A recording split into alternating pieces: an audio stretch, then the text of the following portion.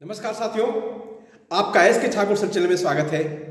आज हम फिर एनटीपीसी, आरआरबी और अन्य तैयारी करने वाले छात्रों के लिए लेकर एक सेट लेकर के आए हैं। Set number 2। आप सेट नंबर 1 में मैथ के कुछ प्रश्नों को ट्रिकी तरीके से कम समय में हल करने का तरीका सीखे थे। आइए आज भी कुछ प्रश्नों को सीखते हैं, बहुत कम समय में कैसे हम उसको हल करेंगे। क्वेश्चन नंबर एक, दो संख्याओं का अनुपात 5:7 है।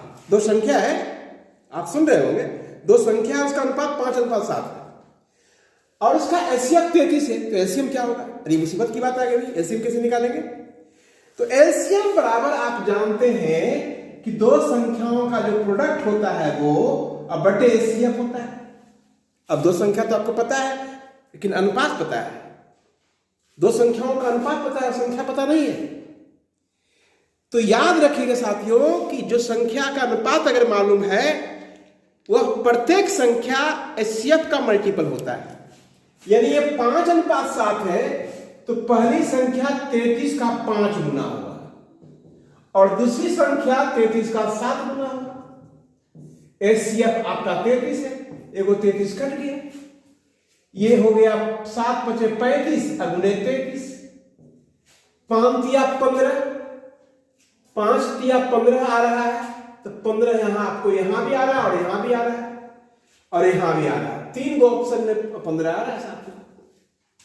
तो 35 या 105, अब 35 या 105, 1155, यानी आपका ऑप्शन क्या हो गया? ए हो गया। 35 या 105 होता है और फिर 105 को बदल में लिख दीजिए तो 1155 दिख रहा है, यानी आपका उत्तर 1155 हो गया। पूरा गुना करने की भी आवश्यकता नहीं। दूसरा क्वेश्चन देखिए, 4% था 14% लाभ पर बेचने पर विक्रय मूल्य का अंतर 3 रुपया है। तो विक्रय मूल्य का अनुपात क्या होगा? ये तो मुसीबत फिर आ गया। ये क्या करेंगे भाई साहब?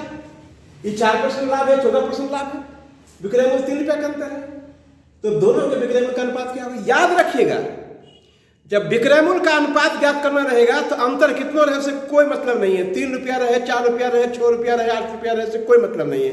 हमें अगर विक्रय मूल्य का अनुपात निकालना है तो सीधे देखना है कि दोनों वस्तु के लाभ का अनुपात क्या है या हानि का, जो भी हुआ हानि हुआ तो हानि का अनुपात क्या है।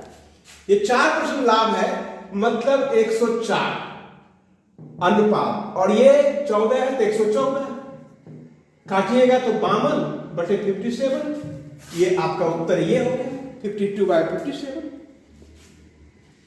दो संख्याओं का गुणनफल 3276 है। देखिए फिर आ गया ये गुणनफल। एलसीएम 63 है, इस बार एलसीएम दे दिया है, एचसीएफ निकालना है। तो साहब एचसीएफ निकालना रहेगा तो प्रोडक्ट बटे एलसीएम निकालेंगे। एलसीएम निकालना था तो प्रोडक्ट बटे एचसीएफ कहे थे, एचसीएफ निकालना रहेगा तो प्रोडक्ट बटे एलसीएम कहेंगे। अब प्रोडक्ट आपको दे रखा है 3276 और एलसीएम दे रखा है 63।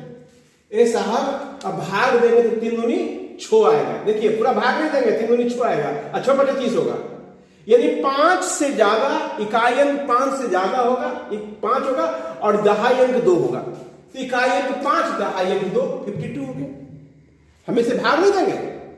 3 दूनी 6 देख ले, 2 वाला ऑप्शन 2 ठो है। 6 से 6/30, 32 से ये 5 बार तो लगेगा, तो 5 कम से कम आएगा, यानी उसका 52 हो गया। क्वेश्चन नंबर 4 देखिए, सरल करना है। 4a, ठीक है भाई, 4a -3a, ये माइनस माइनस प्लस होता है।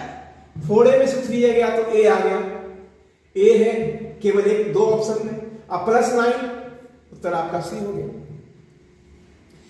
देखिए 5वां नंबर क्वेश्चन है भाई। एक कटोरा है, कटोरा में छेद हो गया है, सुन रहे हैं ना? छेद हो गया है तो स्वाभाविक है चूहेगा। कटोरा में छेद हो जाए, अब पानी रखिए क्या होगा? रहेगा उसमें, चूहेगा। तो कहा एगो छेद अगर होता है अकेले तो 4 मिनट में बर्तन को खाली, लबालब कटोरा भरा हुआ है और 4 मिनट में कटोरा खाली। और दूसरा छेद जो है, अगर पहला छेद को बंद कर दिए तो दूसरा वो छेद हो जाता है और दूसरा छेद होता है 12 मिनट में खाली करता है। अब साहब कहता है कि अगर दोनों छेद रह जाए साथे तो कितने मिनट में खाली हो जाएगा? यह मुसीबत की बात है। देखिए मुसीबत की बात कुछ नहीं है, ये 4 मिनट में खाली करता है, 1 मिनट में 1/4 भाग खाली करेगा कि नहीं करेगा? आगे बताइए। और 12 मिनट में करेगा एक भाग, यानी एक कटोरा, तो 1 मिनट में कितने करेगा? 1 मिनट के 12 भाग। यानी ये एलसीएम लिए 12, 4 तिया 12, 4/12, 1/3। यानी यह जो है 1 मिनट में 1/3 भाग खाली करेगा। इसका मतलब है एक भाग खाली करने में 3 मिनट का समय लगेगा। दोनों कटोरा, एक ही कटोरा में दोनों छेद को साथ में छोड़ दीजिए, लबालब भरा हुआ कटोरा 3 मिनट में खाली हो जाएगा। पहला छेद खाली था तो 4 मिनट में खाली होता था, और दूसरा केवल छेद से पानी गिर रहा था तो 12 मिनट में खाली हो रहा था। और दोनों छेद को छोड़ दीजिए तो लबालब कटोरा जो है 3 मिनट में खाली हो जाएगा। कैसे?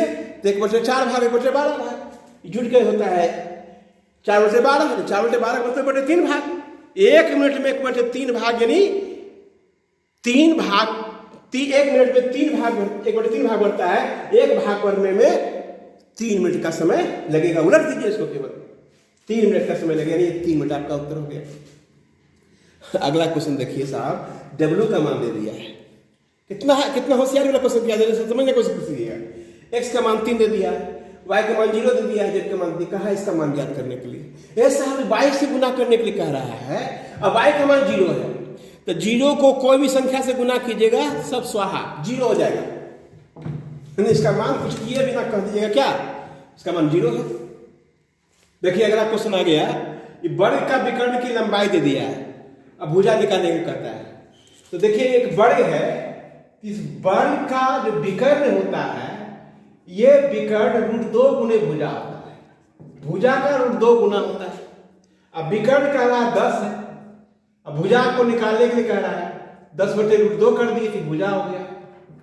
अभी क्या कीजिएगा साहब, ये इसमें तो ऐसा कोई ऑप्शन ही नहीं है, 10√2 है, लेकिन यहां पर 10/√2 है। अब क्या कीजिएगा, अब कुछ करना नहीं है, इसको पूरे को रूट में बदल दीजिए, तो 10 का स्क्वायर हो जाएगा 100, अब /2 हो गया बराबर भुजा। तो देखिए कि भुजा का मान दिया 10/√2, तो भुजा का मान निकालने के लिए पूरे को रूट में कर दिए, तो 10 का स्क्वायर करना पड़ेगा। 10 का स्क्वायर होता है 100 रहेगा तब ना वर्ग निकल के 10 हो जाएगा, तो 100/2 50 हो गया, यानी भुजा का मान 50। अब आपको मन करेगा कि साहब वर्गमूल जब निकालते हैं तो परस माने दोनों देते हैं, तो परस माने दोनों वाला उत्तर सही होगा। नहीं, भुजा कभी निगेटिव नहीं होता है, भुजा जब भी होगा तो पॉजिटिव होगा, यानी ये उत्तर आपका सही होगा, √50 आपका सही होगा, -50 वाला सही नहीं होगा। अगला क्वेश्चन कहता है कि 126 रुपया है, इस 26 को 2, 3, 4, 5 में विभाजित करना है। ये साहब 2:3:4:5 का मतलब क्या हो गया, 3×2=5, 5×4=9, 9×5 14। 126 को 14 से भाग कीजिएगा, 14×9 से 9 गुना है, यानी प्रत्येक का जो मान होगा इसका 9 गुना होगा। 9×2 = 18, 9×3 = 27, 9×4 = 36, 9×5 = 45, यानी ये आपका उत्तर सही हो रहा है। 9 से कटने गुना करते चले जाइए, 9×2 = 18, 9×3 = 27, 9×4 = 36, 37 नहीं होगा, 36 होगा, 35 नहीं होगा, यही खत्म हो गया। 36 वाला आंसर आपका हो गया। 9×5 = 45 ना भी देखेगा तो काम चलेगा, क्योंकि होना ही होना है।